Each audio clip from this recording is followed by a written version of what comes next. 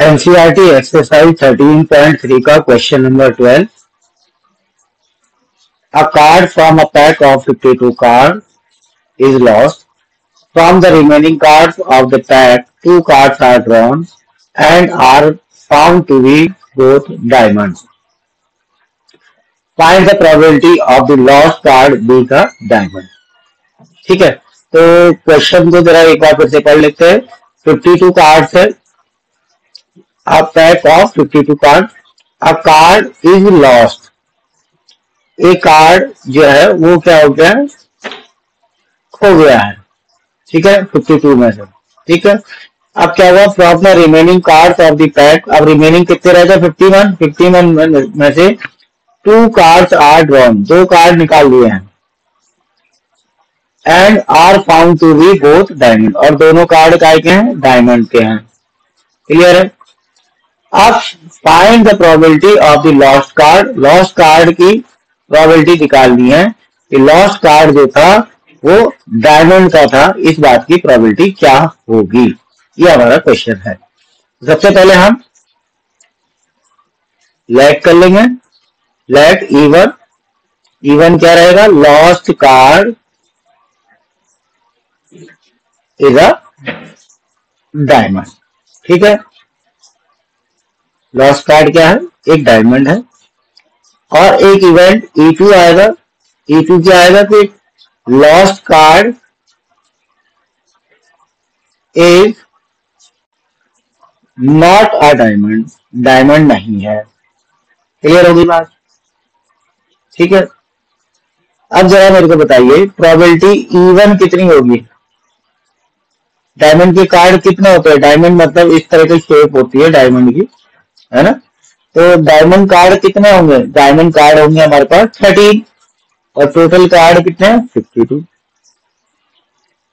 अच्छा, probability E2 क्या होगी, नॉट डायमंड। अब 52 में से आपने 13 कार्ड हटा दिए, तो कितने कार्ड बचे आपके पास, 39 कार्ड बचे, है ना, तो नॉट के लिए क्या हो जाएगा, 39/52। अब जो सेकंड कंडीशन दी गई है उसको देखते हैं। सेकंड कंडीशन क्या है कि 2 cards are drawn and are found to be both diamond. तो हम कंसीडर कर लेते हैं एक इवेंट ए कि 2 cards drawn from the remaining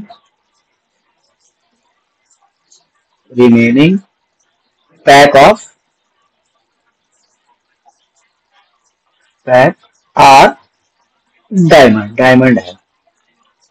ठीक है, तो सबसे पहले हम देखेंगे प्रोबेबिलिटी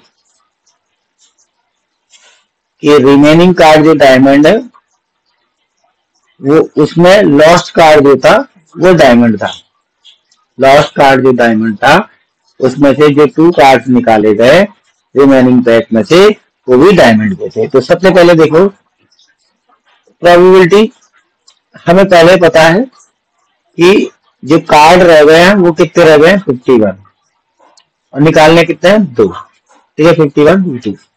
अच्छा, एक कार्ड जो लॉस हुआ है वो, अब 13 तो डायमंड के कार्ड थे हमारे पास ऑलरेडी। अब हमने इसमें कंडीशन क्या ली कि एक कार्ड जो है वो डायमंड का लॉस हो गया है, मतलब खो गया, तो कितने बचे, 12। तो हमने 12C2 लिखना है यहाँ पर। ठीक है, इसको सॉल्व करेंगे एनसीआर के फॉर्मूले से। एनसीआर आपने पढ़ा है क्लास 11 में, n factorial upon r factorial n minus r factorial, कितना हो जाएगा, 12 factorial divide by 2 factorial into 10 factorial. Similarly नीचे हो जाएगा हमारे पास 51 फैक्टोरियल और 2 फैक्टोरियल एंड 51 माइनस 2 मतलब 49 फैक्टोरियल। अब इसको सॉल्व करेंगे तो हमारे पास जो आएगा वो आएगा 12 इंटू 11, तो ऊपर रह जाएगा, और नीचे रह जाएगा हमारे पास 51 इंटू 15। ठीक है, अब इसको इतना ही रहने देते हैं। अच्छा, probability lost card is not a diamond, जबकि हमें मालूम है जो रिमेनिंग 2 कार्ड्स हैं वो डायमंड है ना। तो अब इस केस में देखो क्या है कि नीचे तो कार्ड नंबर वही रहेंगे C1 C2, बट ऊपर हम 12 की जगह अब क्या लेंगे 13, क्या लेंगे 13, क्योंकि लॉस्ट कार्ड आपकी बार डायमंड नहीं है, वो कोई और कार्ड है। इसको भी ऐसे ही सॉल्व करेंगे जैसे अभी इसके सॉल्व किया था, 13 factorial 2 factorial 13 minus 2 11 factorial 51 factorial into 2 factorial. ठीक है, 51 factorial divide by 2 factorial and 51 minus 2 49 factorial. ठीक है, इसको इरेज कर देते हैं, ये हो गया। अब इसको सॉल्व करते हैं। जब हम इसको सॉल्व करते हैं तो ये भी लगभग कुछ 13 इंटू 12 डिवाइड बाय 51 इंटू 50 आता है। ठीक है, इतना क्लियर हो गया। अब जो रिक्वायर्ड प्रोबेबिलिटी रहेगी हमारी, रिक्वायर्ड प्रोबेबिलिटी क्या रहेगी, रिक्वायर्ड प्रोबेबिलिटी रहेगी हमारी, रिक्वायर्ड प्रोबेबिलिटी हो जाएगी हमारी कि प्रोबेबिलिटी लॉस्ट कार्ड जो है वो डायमंड का है और बाकी रिमेनिंग जो है 2 कार्ड वो भी डायमंड का है। तो प्रोबेबिलिटी क्या फॉर्मूला बनेगा, P A upon E1 into PE1 divided by PE1 into P। Bayes theorem चल रहा है ना, बेस थ्योरम का फॉर्मूला है। नीचे टोटल प्रोबेबिलिटी आता है E2 into P A upon E2। अब वैल्यू रख देते हैं। A अपॉन E1 की वैल्यू क्या है, 12 इंटू 11 अपॉन 51 इंटू 50। अच्छा, इधर वैल्यू है 13 upon 50, 12 into 11 51 into 50 into 13 upon 52 plus 13 into 12 51 into 50 into 39 divided by 52। देखो एलसीएम में सब में सेम चीजें आ रही है ना, 51 इंटू 50 इंटू 52। जब हम इसको सॉल्व कर लेंगे तो ये हमारे पास आ जाएगा 12 इंटू 11 इंटू 13 ऊपर, और नीचे आ जाएगा 12 into 11 into 13 plus 13 into 12 into 39। अब देखो 13 और 12 कॉमन है तो मैं डायरेक्ट ही कैंसिल कर देता हूँ यहाँ से, है ना। ये हमारे पास क्या बचेगा, ऊपर 11 बच रहा है ना, और नीचे जब हम इनको 39 और 11 को प्लस करेंगे तो कितना आ जाएगा 40 50। So the answer is 11 upon 50। ये हमारा आंसर रहेगा। ठीक है, अच्छा क्वेश्चन है, इंपॉर्टेंट क्वेश्चन भी है। इसके बाद आते हैं क्वेश्चन नंबर 13 पर। ये रहा आपकी स्क्रीन पे क्वेश्चन नंबर 13, एमसीक्यू टाइप का क्वेश्चन है। Probability that A speaks truth is 4/5। ठीक है, ए के सच बोलने का जो परसेंटेज है, मतलब प्रोबेबिलिटी है 4/5 है। अ कॉइन इज टॉस, एक कॉइन टॉस किया गया।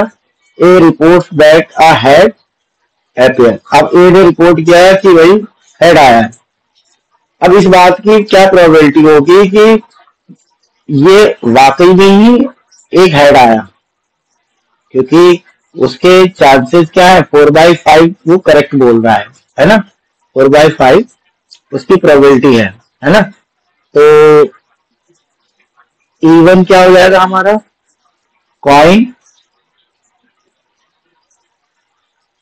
गिव्स हेड, हेड आता है मान लेते हैं, और एक E2 ले लेते हैं कि कॉइन गिव्स टेल, दोनों आ सकते हैं। तो प्रोबेबिलिटी E1 तो आपको मालूम है कि 50-50% चांस है, तो 1/2, और प्रोबेबिलिटी E2 जो हो जाएगी वो भी 1/2 हो जाएगी। अब प्रोबेबिलिटी जो होगी, एक्चुअली अगर मान लेते हैं एक इवेंट ए हम मान लेते हैं कि ए रिपोर्ट क्या दैट अ हेड अपीयर। मान लेते हैं ये हमारा ए मतलब कोई पर्सन है, वो बोल रहा है, ठीक है। तो क्या हो जाएगा अपीयर। अब पर्सन ने कहा कि हेड आया है, ठीक है, और वाकई हेड आया, तो कितना हो जाएगा ये 4/5 गिवन है आपको। अब पर्सन ने कहा हेड आया है बट रॉन्ग है, टेल आ गया, तो प्रोबेबिलिटी क्या हो जाएगी 1 - 4/5 मतलब 1/5। अब रिक्वायर्ड प्रोबेबिलिटी पे आते हैं। रिक्वायर्ड प्रोबेबिलिटी क्या रहेगी, रिक्वायर्ड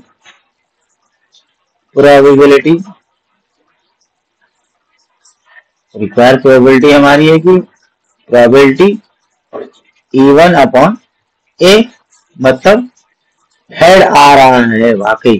तो बाय द फॉर्मूला क्या हो जाएगा PA/E1 into PE1 divided by PA/E1 into PE1 plus probability A/E2 into PE2। Values रख देते हैं। A/E1 4/5 1/2, 4/5 1/2 प्लस 1/5 इंटू 1/2, ठीक है। तो कितना आ जाएगा, ऊपर आ जाएगा 4 और नीचे आ जाएगा 4 + 1 मतलब 5। तो हमारा आंसर क्या होगा 4/5। तो ऑप्शन कौन सा करेक्ट रहेगा, ऑप्शन ए हमारा करेक्ट ऑप्शन रहेगा, ठीक है। नाउ एक्सरसाइज 13.3 का लास्ट क्वेश्चन है हमारा, क्वेश्चन नंबर 14, एमसीक्यू टाइप का क्वेश्चन है ये भी। इसको देख लेते हैं फटाफट से, ठीक है। इसके बाद ये एक्सरसाइज हमारी फिनिश हो जाएगी और हम मिसलिनियस एक्सरसाइज करेंगे अब इसके बाद, है ना। देखते हैं क्या है क्वेश्चन। क्वेश्चन है ये, if A and B are two event, A और बी दो इवेंट्स हैं, और such that A subset B, A जो है वो बी का सबसेट है, मतलब ए के अंदर जो एलिमेंट है वो बी में भी है, A is subset of B, and probability B is not equal to 0। अच्छा, ये भी कंफर्म है कि प्रोबेबिलिटी जो बी है वो 0 नहीं है, then which of the following is correct, ठीक है। तो इसमें थोड़ा सा थ्योरेटिकल क्वेश्चन है ये। इसमें देख रहे हो आपको दे रखा है कि ए सबसेट बी, तो क्या होता है व्हेन ए सबसेट बी होता है, तो उस केस में आप देखेंगे ध्यान से कि अगर ए इंटरसेक्शन बी करेंगे तो क्या आना चाहिए, ए आना चाहिए, है ना। इसको इस तरीके से समझ सकते हैं कि ए, मान लेते हैं बी में हमारे पास एलिमेंट है 1 2 3 4, तो ए में एलिमेंट है 1 2 3। तो आप देख रहे हैं कि ए क्या है, सबसेट है बी का। क्यों, क्योंकि ए के जो एलिमेंट्स है वो बी में है ना।